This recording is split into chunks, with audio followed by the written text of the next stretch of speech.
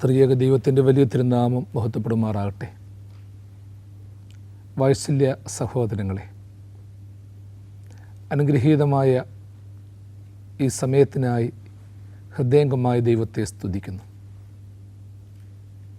കഴിഞ്ഞ 76 എപ്പിസോഡുകളിലായി സങ്കീർത്തന മാതിരി എന്ന ഈ പഠന പരമ്പരയിലൂടെ 22 സങ്കീർത്തനങ്ങൾ നമ്മൾ ധ്യാനിക്കുകയും പഠിക്കുകയും ചെയ്തുകൊണ്ടിരിക്കുകയാണല്ലോ.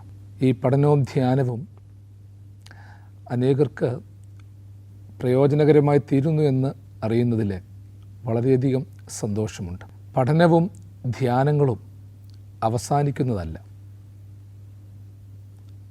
അത് യഥേഷ്ടം തുടർന്നുകൊണ്ടിരിക്കേണ്ടതാണ്. ഏതു വിഷയത്തെപ്പറ്റിയും നമ്മൾ എത്ര വായിച്ചാലും പഠിച്ചാലും ആ പഠനം പൂർത്തിയാകുന്നില്ല. ക്രിസ്തുവെന്ന തലയോളം വളരുക എന്ന പൗലോസ്ലീഹായുടെ കാലസമ്പൂർണതയിലെ വ്യവസ്ഥയെപ്പറ്റി പഠിപ്പിക്കുമ്പോൾ അന്തമില്ലാത്ത ഒരു വളർച്ചയെപ്പറ്റിയും ധ്യാനത്തെക്കുറിച്ചും പറയാറുണ്ട്. ക്രിസ്തുവെന്ന തലയോളം വളരുക എന്ന് പറഞ്ഞാൽ അത് ജ്ഞാനസമ്പാദനത്തിലൂടെയും വിശുദ്ധിയിലൂടെയും സമർപ്പണത്തിലൂടെയും ആത്മനിറവിലൂടെയും ഒക്കെ വളരുവാനുള്ള ഒരു വ്യവസ്ഥയെപ്പറ്റിയാണ് വ്യാഖ്യാനിക്കുന്നത്. ആത്മശക്തീകരണവും ശുദ്ധീകരണവും നമ്മുടെ ജീവിതത്തിൽ എന്നും നാം നിലനിർത്തേണ്ടതാണ്. ആയതുപോലെ സങ്കീർത്തനങ്ങളെക്കുറിച്ചുള്ള പഠനം ഒരു വ്യക്തിയെ സംബന്ധിച്ചിടത്തോളം ആത്യന്തികമായ പുരോഗതിക്കും ജ്ഞാനസമ്പാദനത്തിനും സമർപ്പണത്തിനും ഉതകുമെന്നുള്ളതിന് യാതൊരു സംശയവുമില്ല. നമ്മളെപ്പോഴും ഓർപ്പിക്കുന്നത് പോലെ സങ്കീർത്തനങ്ങൾ അത് സത്കീർത്തനങ്ങളാണ്, സങ്കീർണമായ കീർത്തനങ്ങളല്ല. മറിച്ച് ലളിതവും സുവ്യക്തവുമായ വ്യാഖ്യാനങ്ങൾ ഉൾക്കൊള്ളുന്ന പഠനങ്ങളാണ് ഓരോ സങ്കീർത്തനങ്ങളും. സങ്കീർത്തനങ്ങൾ രചിച്ചവർ വിവിധ സാഹചര്യങ്ങളിൽ നിന്നുകൊണ്ട് അവരുടെ ആത്മരോഷവും അവരുടെ ഭക്തിയും പശ്ചാത്താപവും സമർപ്പണവുമൊക്കെ സാക്ഷിച്ചുവെങ്കിൽ ഇന്നും അതിന് പ്രസക്തിയുണ്ടെങ്കിൽ ദൈവത്തെ അറിയുവാനും ദൈവികമായ വിശുദ്ധിയിലേക്ക് നയിക്കുവാനും സങ്കീർത്തനങ്ങൾക്കുള്ള ആ സ്വാധീനം അതിന്നും നിലനിൽക്കുന്നു എന്നുള്ളതിൻ്റെ പ്രതീകമായി നമുക്ക് വിലയിരുത്താം. ഈ എപ്പിസോഡിൽ 23-ാം സങ്കീർത്തനമാണ് നമ്മൾ പഠനത്തിനു വേണ്ടി സമർപ്പിക്കുന്നത്, ധ്യാനത്തിനു വേണ്ടി സമർപ്പിക്കുന്നത്. 23-ാം സങ്കീർത്തനം അറിയാത്തവരായി ആരും കാണത്തില്ല. ഒരു ക്രൈസ്തവ കുടുംബത്തിൽ ജനിക്കുന്ന ഒരു വിദ്യാർത്ഥി, ഒരു വ്യക്തി ആദ്യം പഠിക്കുന്ന സങ്കീർത്തനം, വേദഭാഗം 23-ാം സങ്കീർത്തനമായിരിക്കും. പഴയ കാലങ്ങളിൽ മാതാപിതാക്കൾ കുഞ്ഞുങ്ങളെ കാണാതെ പഠിപ്പിച്ച് ആവർത്തിച്ച് പറയിപ്പിച്ചിട്ടുള്ള ഒരു സങ്കീർത്തനം. 3-4 വയസ്സ് പ്രായമുള്ളപ്പോൾ തന്നെ 23-ാം സങ്കീർത്തനം നമ്മളിൽ പലർക്കും കാണാപ്പാടമായിരുന്നു. പ്രത്യേകിച്ച് ക്രിസ്ത്യാനികൾക്ക് മാത്രമല്ല, ആ സങ്കീർത്തനം എല്ലാ സമൂഹത്തിൽപ്പെട്ടവർക്കും പ്രസക്തമാണെന്ന് ഞാൻ വിശ്വസിക്കുന്നു. 23-ാം സങ്കീർത്തനം ഞാനൊന്ന് വായിക്കുകയാണ്. യഹോവ എൻ്റെ ഇടയനാകുന്നു, എനിക്ക് ഒന്നിനും മുട്ടുണ്ടാകയില്ല. പച്ചയായ പുൽപ്പുറങ്ങളിൽ അവൻ എന്നെ കിടത്തുന്നു, സ്വസ്ഥതയുള്ള വെള്ളത്തിനരികത്തേക്ക് എന്നെ നടത്തുന്നു. എൻ്റെ പ്രാണനെ അവൻ തണുപ്പിക്കുന്നു, തിരുനാമ നിമിത്തം എന്നെ നീതിപാതകളിൽ നടത്തുന്നു. മരണനിഴലിൻ താഴ്വരയിൽ കൂടി നടന്നാലും ഞാനൊരു അനർത്ഥവും ഭയപ്പെടുകയില്ല. നീ എന്നോടുകൂടി ഇരിക്കുന്നുവല്ലോ, നിൻ്റെ വടിയും കോലും എന്നെ ആശ്വസിപ്പിക്കുന്നു. എൻ്റെ ശത്രുക്കൾ കാണുക നീ എനിക്ക് വിരുന്നൊരുക്കുന്നു. എൻ്റെ തലയെ എണ്ണ കൊണ്ട് അഭിഷേകം ചെയ്യുന്നു, എൻ്റെ പാനപാത്രവും നിറഞ്ഞു കവിയുന്നു. നന്മയും കരുണയും എൻ്റെ ആയുഷ്കാലമൊക്കെയും എന്നെ പിന്തുടരും. ഞാൻ യഹോവയുടെ ആലയത്തിൽ എന്നേക്കും വസിക്കും. ഈ സങ്കീർത്തനം വായിച്ചു കേട്ടപ്പോൾ തന്നെ ഏതു സമൂഹത്തിലുള്ളവർക്കും ഹൃദയത്തിൽ സ്പർശിക്കുന്ന ചില ആത്മീകവും ഭൗതികവുമായ ചില അനുഭവങ്ങൾ ഉൾക്കൊള്ളുവാൻ സാധിച്ചിട്ടുണ്ട് എന്ന് ഞാൻ വിശ്വസിക്കുകയാണ്. ദാവീദ് രാജാവിനാൽ വിരചിതമായ സങ്കീർത്തനം. ആട്ടിടയനായും തള്ളപ്പെട്ടവനായും ഒറ്റപ്പെട്ടവനായും ജീവിച്ച സാഹചര്യങ്ങളിലൂടെ ദൈവത്തിൻ്റെ വലിയ കരുണയിൽ സങ്കേതപ്പെട്ടുകൊണ്ട് ഇസ്രായേലിൻ്റെ രാജാവായി മാറിയ ദാവീദ് രാജാവ്. അവൻ്റെ പരാതികളും പരിഭവങ്ങളും പ്രാർത്ഥനകളായി മാറി. ദാവീദിൻ്റെ ചോദ്യങ്ങൾ അർത്ഥനകളായി മാറി. അവൻ്റെ യാചനകൾ അനേകർക്കുള്ള ശക്തിദുർഗമായി മാറി. വേദശാസ്ത്രവും തത്വശാസ്ത്രവും ആധ്യാത്മികതയും ഭക്തിയുടെ പൂർണ്ണതയും മനഃശാസ്ത്ര വിശകലനങ്ങളും ഒക്കെ ഉൾക്കൊള്ളുന്ന ഒരു വലിയ വ്യാഖ്യാനമാണ് ഓരോ സങ്കീർത്തനങ്ങളിലും നമ്മൾ കണ്ടുകൊണ്ടിരിക്കുന്നത്. 23-ാം സങ്കീർത്തനം പറഞ്ഞു തുടങ്ങുന്നതിന് മുൻപ് പഴയകാലത്ത് ഈ സങ്കീർത്തനത്തെക്കുറിച്ച് പാടി പഠിച്ചിട്ടുള്ള ചില വരികൾ മനസ്സിൽ കടന്നു വരികയാണ്. യാഹെന്ന ദൈവമെന്നിടയനാഹോ, യാതൊരു കുറവുമില്ലെനിക്കിനിയും.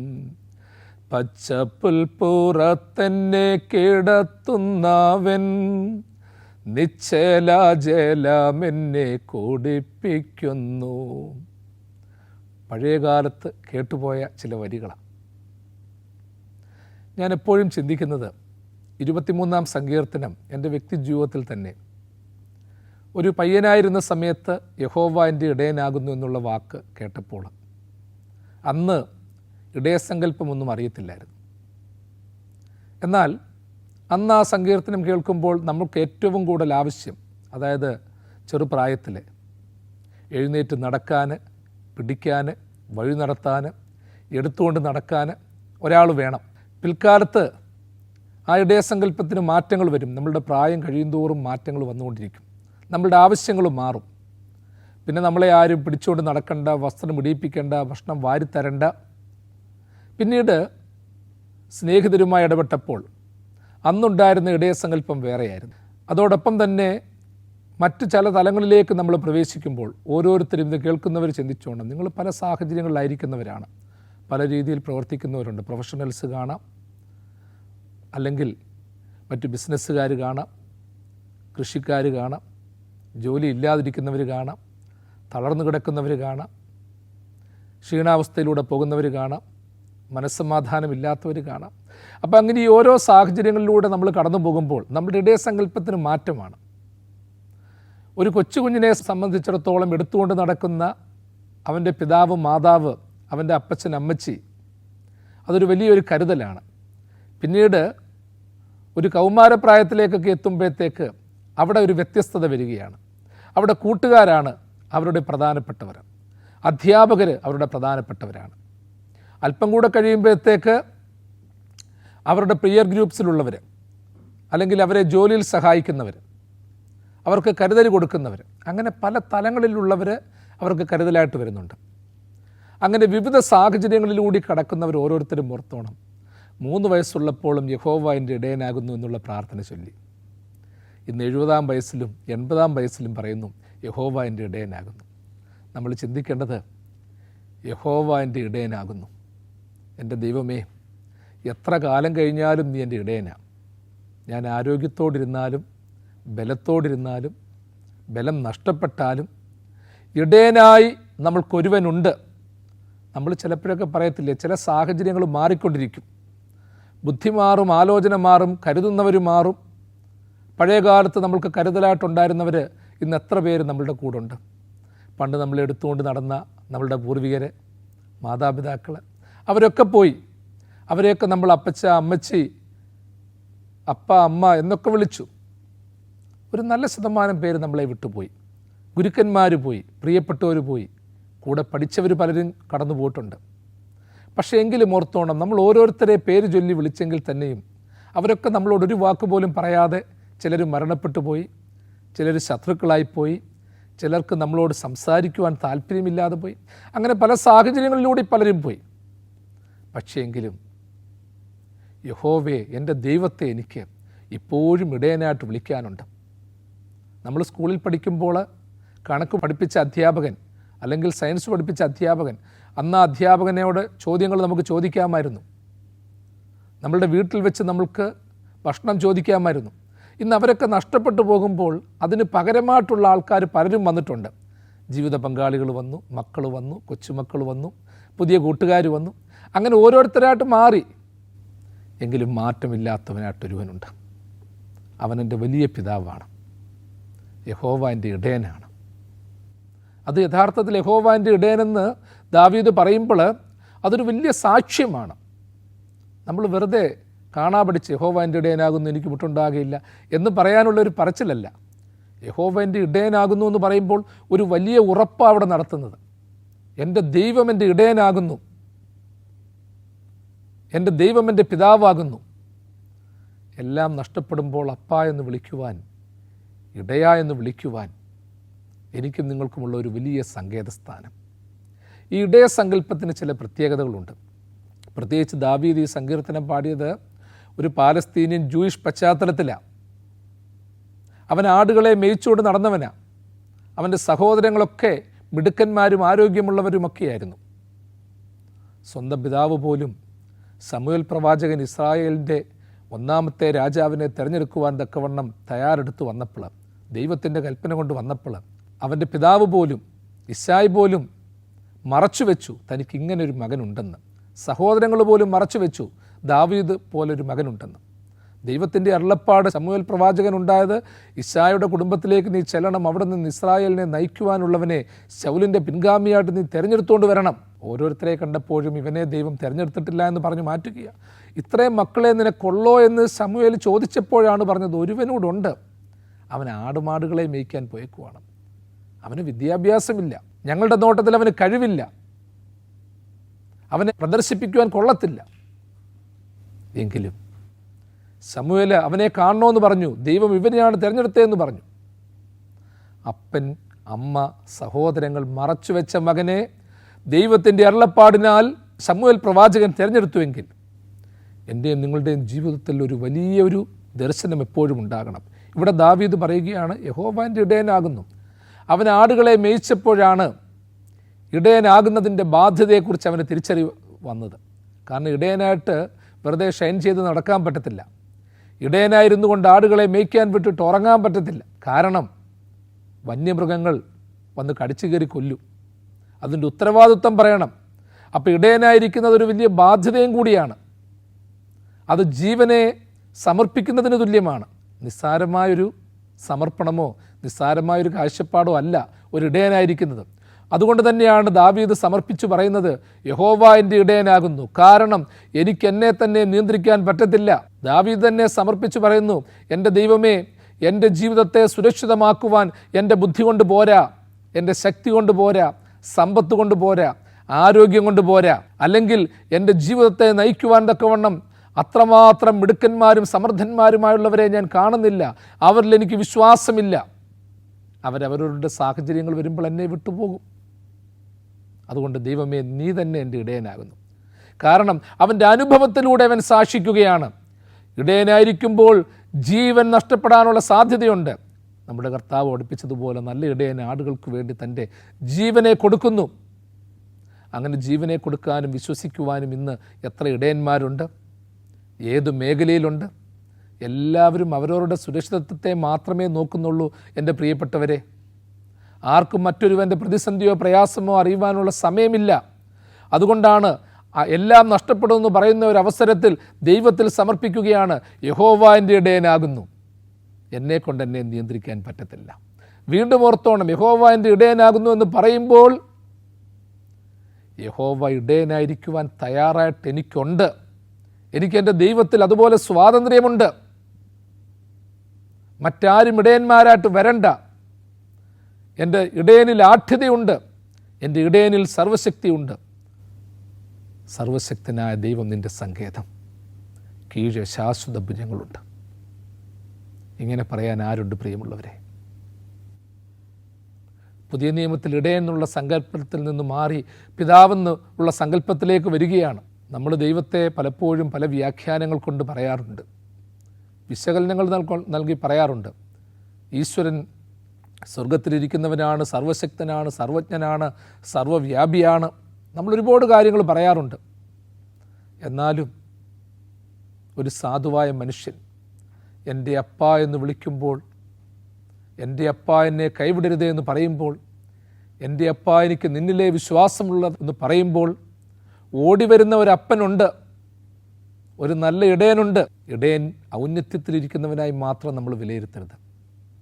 ഇടയനെ നമ്മൾ വിലയിരുത്തേണ്ടത് മുറിവേറ്റ ഇടയൻ, ഭക്ഷണം കഴിക്കാതെ പട്ടിണിയിരിക്കുന്ന ഇടയൻ, രോഗങ്ങളും ദുഃഖങ്ങളും ബാധിച്ച ഇടയൻ, എന്നിട്ടും തൻ്റെ ആടുകളെ തൻ്റെ കൈകളിൽ മേയിച്ചുകൊണ്ട് നടക്കുന്ന ഇടയൻ, തൻ്റെ കൈകളിൽ കെട്ടിപ്പിടിച്ചുകൊണ്ട് നടക്കുന്ന ഇടയൻ.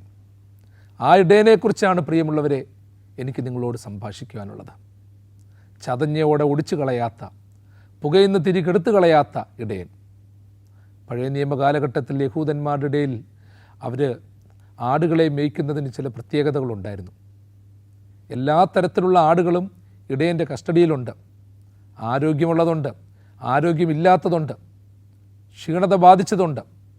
എല്ലാത്തിനെയും കൂട്ടത്തോടെ മേയിച്ചുകൊണ്ട് പോകും. വയ്യാത്ത ആടുകളോ കന്നുകാലികളോ ഒക്കെ ഉണ്ടെങ്കിൽ ഇടയന്മാർ പെട്ടെന്നൊന്നും കൊന്നുകളയത്തില്ല. നമ്മുടെ നാട്ടിലെ പോലെ അസുഖം ബാധിച്ചതിനെ, ആന്ത്രാക്സ് ബാധിച്ചതിനെ ഒന്നും മറ്റുള്ളവരെ കൊണ്ട് തീറ്റിക്കത്തില്ല, അതിനെ പെട്ടെന്ന് വിറ്റൊഴിക്കത്തില്ല. അന്നത്തെ കാലഘട്ടത്തിൽ അവർ ചെയ്തിരുന്നത് അതിനെ പരിപാലിക്കുമായിരുന്നു. നമ്മുടെ രാജ്യത്തും വേദകാലം തൊട്ടുണ്ടായിരുന്ന ഒരു പ്രത്യേകത ഇതാ, രോഗവും ക്ഷീണവും ഒന്നും ബാധിച്ചതിനെയൊന്നും പ്രത്യേകിച്ചാരും നശിപ്പിച്ച് കളയത്തില്ല, അതിനെ പരിപാലിക്കും. അതിന് പ്രത്യേകമായ ഷെൽട്ടർ പ്ലേസസ് ഉണ്ട്. ഇതെല്ലാം അന്നത്തെ കാലഘട്ടത്തിലും ഉണ്ടായിരുന്നു. ഇനിയും വയ്യാതിരിക്കുന്നതിനെ ഉണ്ടെങ്കിൽ അതിനെ പ്രത്യേകമായ രീതിയിലാണ് നടത്തിക്കൊണ്ട് പോകുന്നത്. വയ്യാത്തതിനെ ചിലപ്പോൾ ഇടയൻ എടുത്തുകൊണ്ട് നടക്കും. ബാക്കിയുള്ളതിന് അടി കൊടുക്കുമ്പോഴും വയ്യാത്ത ആടിനെ തോളത്തെടുത്തുകൊണ്ട് പോകും. അതുകൊണ്ട് യേശു തമ്പുരാൻ്റെ പടം നമ്മൾ പലപ്പോഴും കാണുമ്പോൾ ആടിനെ തോളത്തെടുത്തുകൊണ്ട് പോകുന്ന യേശു തമ്പുരാനെക്കുറിച്ച് നമ്മൾ കാണാറുണ്ട്. അത് ഒരു ഷൈൻ ചെയ്യാനുള്ള അല്ലെങ്കിൽ ഒരു ഫോട്ടോജനിക്കായിട്ട് മാറ്റപ്പെടുവാനുള്ള ഒരു പ്രോസസ്സല്ല. ആ ആടിന് വയ്യ, ആ കുഞ്ഞാടിന് വയ്യ, അല്ലെങ്കിൽ രോഗമായതിന് വയ്യ, അതിനെ താങ്ങി എടുത്തുകൊണ്ട് നടക്കണം. പുകയുന്ന തിരി കെടുത്തു കളയത്തില്ല എന്ന് പറയുമ്പോൾ നശിക്കുവാൻ പോകുന്നതിനെ പോലും പിടിച്ചു നിർത്തും. ഒരിടയൻ്റെ സങ്കല്പം അതാണ് പ്രിയമുള്ളവരെ. യഹോവ എൻ്റെ ഇടയനാകുന്നു എന്ന് പറയുമ്പോൾ നമ്മൾക്കൊരു വലിയൊരു ഉറപ്പാണ്. എൻ്റെ ദൈവം ബലഹീനനായ എൻ്റെ ഇടയനാകുവാൻ തക്കവണ്ണം അവൻ നിന്നു തരികയാണ്. ഇന്ന് ആരാ പ്രിയമുള്ളവരെ അങ്ങനെ നിന്നു തരുന്നത്?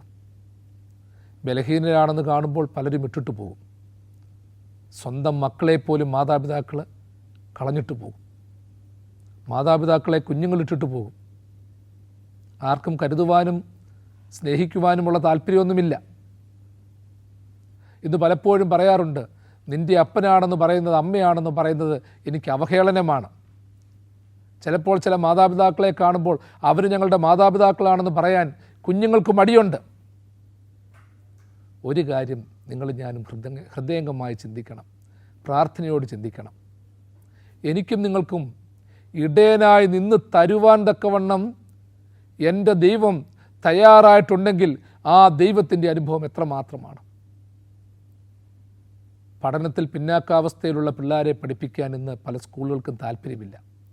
8ാം ക്ലാസ്സും 9ാം ക്ലാസ്സും ഒക്കെ ആകുമ്പോഴത്തേക്ക് ഒരരിച്ചിൽ തുടങ്ങും. ഇത്ര പേഴ്സൻറ്റേജിൽ കൂടുതൽ മാർക്കില്ലെങ്കിൽ ആ പിള്ളേരെ ആ സ്കൂളിൽ പഠിപ്പിക്കാൻ സമ്മതിക്കത്തില്ല. അവരുടെ 100% വിജയത്തെ ബാധിക്കുമെന്നുള്ള ഒരു പ്രശ്നം. ചിലർ പറയാറുണ്ട്, അധ്യാപകർ പറയും, ഞാൻ പഠിപ്പിച്ച ഒരു വിദ്യാർത്ഥി പോലും തോറ്റുപോകത്തില്ല, ഞാൻ പഠിപ്പിച്ചവരെല്ലാം ഉന്നതന്മാരായിട്ടുണ്ട്.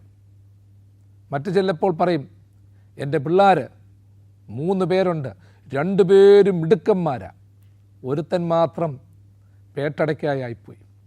ഇങ്ങനെയൊക്കെ വിലയിരുത്തുന്ന കാലഘട്ടത്തിലാണ് നിങ്ങളും ഞാനും ഒക്കെ ജീവിച്ചുകൊണ്ടിരിക്കുന്നത്. ഒരു കാര്യം നിങ്ങളും ഞാനും ഹൃദയംഗമായിട്ട് ചിന്തിച്ചോണം. ദൈവത്തിനറിയാം നമ്മൾക്ക് ജയിക്കാനുള്ള മിനിമം മാർക്ക് പോലും കിട്ടത്തില്ലെന്നറിയാം. നമുക്ക് തന്നെ അറിയാമല്ലോ നമ്മളുടെ സ്വഭാവം, നമ്മളുടെ സംസാരം, നമ്മളുടെ ആരോഗ്യം, നമ്മളുടെ ശൈലി, ഇതൊക്കെ വെച്ച് മുൻപോട്ട് പോകാൻ പറ്റത്തില്ല എന്ന് നമുക്ക് തന്നെ 100% അറിയാം.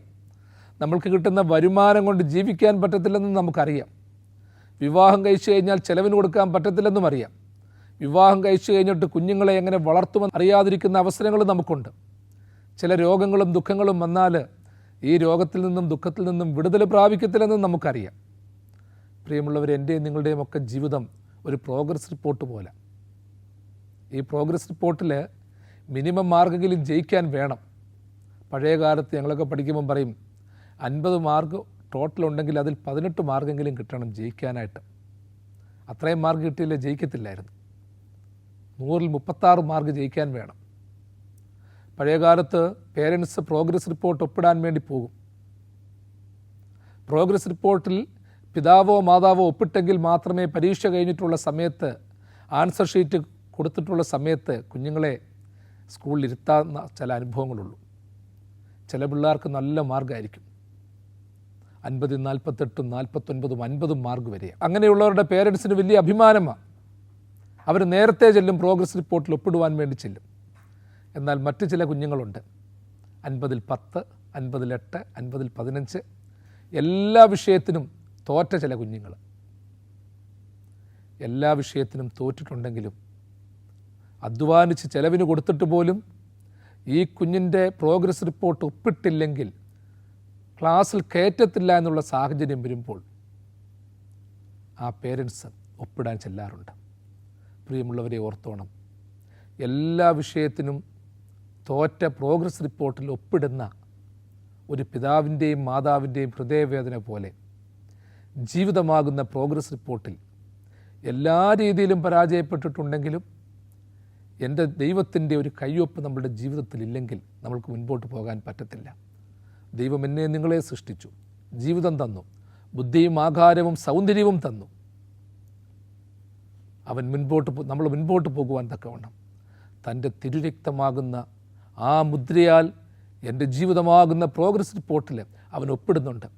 അവനറിയാം ഞാൻ തോറ്റവനാണ്, അവനറിയാം ഞാൻ ഇനിയും വളരേണ്ടവനാണ്. മടി കാണിച്ചിട്ടുണ്ട്, അലസത കാണിച്ചിട്ടുണ്ട്, അനുസരണക്കേട് കാണിച്ചിട്ടുണ്ട്, ജീവിക്കാൻ യോഗ്യനല്ല. ഇതൊക്കെ എൻ്റെ ദൈവത്തിനറിയാം. പക്ഷേ ഇതൊക്കെ അറിഞ്ഞിട്ടും എൻ്റെ ദൈവം തമ്പുരാൻ എൻ്റെ ഇടയനായിരുന്നു കൊണ്ട് എന്നെ നടത്തിവിടുകയാണ്, നിങ്ങളെയും നടത്തിവിടുകയാണ്. കാരണം നമുക്ക് മുമ്പോട്ട് പോയേ പറ്റത്തുള്ളൂ, അവൻ്റെ ഒപ്പ് വാങ്ങിച്ചേ പറ്റത്തുള്ളൂ. ആ ഒപ്പ് കിട്ടിയില്ലെങ്കിൽ എൻ്റെ പ്രിയമുള്ളവരെ നമ്മുടെയൊക്കെ ജീവിതത്തിന് പരാജയമായിരിക്കും, വീഴ്ചകളായിരിക്കും. അതുകൊണ്ട് തന്നെ ദൈവത്തിൽ സമർപ്പിച്ചുകൊണ്ട് നമ്മൾക്ക് പാടാം. നിന്റെ ഹിതം പോലെ എന്നെ നിത്യം നടത്തിയിടണമേ, എൻ്റെ ഹിതം പോലെയല്ലേ എൻ പിതാവേ എൻ യഹോവേ, നിന്റെ ഹിതം പോലെ എന്നെ നിത്യം നടത്തിയിടണമേ. ഞാൻ പറഞ്ഞല്ലോ, യഹോവ എൻ്റെ ഇടയനാകുന്നു എന്ന് പഴയ നിയമ കൺസെപ്റ്റിൽ ദാവീദ് പാടിയെങ്കിൽ യഹോവ എൻ്റെ പിതാവാകുന്നു എന്ന പുതിയ നിയമ കൺസെപ്റ്റുണ്ട്. യഹോവ എൻ്റെ ഇടയനാകുന്നുവെന്ന് ദാവീദ് പറഞ്ഞെങ്കിൽ ദാവീദിനൊരു കാര്യം അറിയാം, ലോകത്തിൽ ആ ഇടയന് തുല്യനായി മറ്റൊരുത്തനുമില്ല. ജീവൻ കൊടുക്കുവാൻ പരിപാലിക്കുവാൻ ആരുമില്ല. യഹോവ എൻ്റെ ഇടയനാകുന്നുവെന്ന് ദാവീദ് പാടിയെങ്കിൽ കുറേ കാലത്ത് ആടുകളെ മാടുകളെ നോക്കി പരിപാലനം, അതിൻ്റെ അനുഭവങ്ങൾ അവനറിയാം, അതിൻ്റെ ബാധ്യതകൾ അറിയാം, അതിൻ്റെ പ്രയാസങ്ങൾ അറിയാം. കാരണം തനിക്ക് പോലും തൻ്റെ ആടുമാടുകളെ ശരിയായി നോക്കാൻ പറ്റിയിട്ടില്ലെന്നറിയാം. ലോകത്തിലൊരു വലിയ ഒരു സേഫ് ലോക്കറിൽ തൻ്റെ ആത്മാവിനെ, ജീവിതത്തെ സമർപ്പിക്കുന്നവൻ പറഞ്ഞ ഒരു സാക്ഷ്യമാണ് യഹോവ എൻ്റെ ഇടയനാകുന്നു. അതിനപ്പുറമായി ഒന്നുമില്ല. എനിക്ക് മുട്ടുണ്ടാകുകയില്ല എന്ന് ദാവീദ് ചേർന്ന് പറയുന്നു. എനിക്ക് മുട്ടുണ്ടാകുകയില്ല, എനിക്കൊന്നിനും മുട്ടുണ്ടാകുകയില്ല. ദൈവം ഇടയനായിരിക്കുന്നവന് എന്തു മുട്ടാണുള്ളത്? ഇത് കേൾക്കുമ്പോൾ ഓർത്തോണം, ദൈവത്തെ നന്നായി പ്രാർത്ഥിച്ചതുകൊണ്ട് രോഗം വരത്തില്ല എന്നോ സാമ്പത്തിക ക്ലേശം വരത്തില്ല എന്നോ ഒന്നുമില്ല. യഹോവ എൻ്റെ ഇടയനായിട്ട് എന്നെ എന്തുകൊണ്ട് 3 നില വീട്ടിൽ താമസിപ്പിച്ചില്ല എന്നും ഷെയർ മാർക്കറ്റിലും മറ്റും വിജയം നൽകിയില്ല എന്നും ബാങ്ക് ഡിപ്പോസിറ്റുകൾ നൽകിയില്ല എന്നൊന്നും ചോദിക്കരുത്. എനിക്കൊന്നിനും മുട്ടുണ്ടാകുകയില്ല. നമ്മൾ പറയത്തില്ലയോ, ചിലർക്കൊക്കെ അങ്ങ് ഭാവിയെക്കുറിച്ച് വലിയ ടെൻഷനാണ്. നമുക്കൊക്കെ ഉണ്ട്, എന്തായി തീരും. ജീവിതത്തിൻ്റെ ഒത്തിരി മുൻപിലുള്ള വഴുത്താരെക്കുറിച്ച് നമ്മൾ ഭാരപ്പെടേണ്ട. നമ്മൾ എത്രയും ചിന്തിക്കണം, ദൈവമേ അടുത്ത സ്റ്റെപ്പ് വയ്ക്കാനുള്ള വെളിച്ചം തന്നാൽ മതി, തുടർന്ന് ഞാൻ മുൻപോട്ട് പൊയ്ക്കോളുമെന്ന് എനിക്കൊരു ഉറപ്പുണ്ട്. യഹോവ ഇടയനായിരിക്കുന്നവന് മുട്ടുണ്ടാകുകയില്ല, അവന് പ്രതിസന്ധി ഉണ്ടാകുകയില്ല. കാരണം അവൻ കാണുന്നത് അവൻ്റെ ഇടയനെയാണ്, അവൻ്റെ ഇടയൻ അനുഭവിക്കുന്ന നൊമ്പരങ്ങളെയാണ്. എനിക്കും നിങ്ങൾക്കും ഒരു ചെറിയ തൊട്ട് തരുവാൻ പോലും അവൻ ഭാരപ്പെടുന്നുണ്ട്. ഞാൻ പലപ്പോഴും പറഞ്ഞിട്ടുണ്ട്, നമ്മൾ പ്രാർത്ഥന ചെല്ലാറുണ്ട്, സ്വർഗസ്ഥനായ പിതാവേ എന്നുള്ള കർത്തൃ പ്രാർത്ഥന ചെല്ലാറുണ്ട്. ഞങ്ങൾക്ക് ആവശ്യമുള്ള അപ്പം തരണമേ എന്ന് പറയുമ്പോൾ ആകാശത്തിൽ നിന്ന് അപ്പം എടുത്തു തരുന്ന ദൈവത്തെ കാണരുത്. അപ്പമുണ്ടാക്കുവാൻ വേണ്ടി ധാന്യം ഇടിക്കുന്ന, പൊടിക്കുന്ന, അപ്പച്ചട്ടിയിൽ വെച്ച് അപ്പം ചുടുന്ന, ആ സമയത്ത് കൈ പൊള്ളുന്ന ഒരു മാതാവിൻ്റെ അനുഭവത്തിൽ ദൈവത്തെ കാണണം. ദൈവമേ എനിക്കൊരു 5000 രൂപ വേണമെന്ന് പറയുമ്പോൾ മറഞ്ഞിരിക്കുന്ന നിധി എടുത്തു തരുന്ന ദൈവത്തെ കാണരുത്. എനിക്കും നിങ്ങൾക്കും വേണ്ടി 5000 രൂപ ഉണ്ടാക്കുവാൻ വേണ്ടി ഓവർ ടൈം വരെ ചെയ്യുന്ന ദൈവത്തെ കാണണം, ചുമടെടുക്കുന്ന ദൈവത്തെ കാണണം. അങ്ങനെ ദൈവം തരുന്ന, സർവേശ്വരൻ തരുന്ന ഓരോ അനുഭവത്തിനും അവനൊരു നൊമ്പരമുണ്ട് എന്നുള്ളൊരു ബോധ്യം എനിക്ക് നിങ്ങൾക്കും ഉണ്ടാകണം. പ്രിയമുള്ളവരെ, ദൈവത്തെ പിന്തുടർന്നവരാരും നിരാശപ്പെട്ടു പോയിട്ടില്ല, അവർ പിന്തിരിഞ്ഞു പോയിട്ടില്ല. അവരൊരിക്കലും പ്രയാസമുണ്ടെങ്കിലും പ്രയാസമുണ്ടെന്ന് പറഞ്ഞിട്ടില്ല. കാരണം ദൈവത്തെ പിന്തുടരുന്നവന് ജീവിതത്തിൽ വേദനകളോ കണ്ണുനീരുകളോ ദുഃഖങ്ങളോ ഉണ്ടെങ്കിലും അതിനെ അതിജീവിക്കുവാനുള്ളൊരു ശക്തി തരും. അതുകൊണ്ടാണ് പാട്ടുകാരൻ പാടിയത്, നാളെയെ കൊണ്ടെൻ മനസ്സിൽ ലവാലേശം ഭാരമില്ല, ഓരോ നാളും ദൈവം എന്നെ പോറ്റുന്നു, തൻ്റെ കൈകളിൽ ഞാൻ ദിനം തോറും ചാരുന്നു. ജീവിതത്തിൽ പരാജയങ്ങളും ഭീതികളുമുണ്ട്, എൻ്റെ ജീവിതം പരാജയമാണെന്ന് പറയുന്നവന് ഒരിക്കലും യഹോവ ഇടയനായിരിക്കാൻ പറ്റത്തില്ല. യഹോവ ഇടയനായിരിക്കുമെങ്കിൽ അവനെ വിശ്വസിക്കണം, സമർപ്പിക്കണം, അവൻ തരുന്ന ദാനത്തിന് നന്ദിയുള്ളവനായിരിക്കണം. ദൈവം തൻ്റെ വലങ്കരം നീട്ടി നിങ്ങളെല്ലാവരെയും സദാകാലവും വാഴ്ത്തി അനുഗ്രഹിക്കുമാറാകട്ടെ.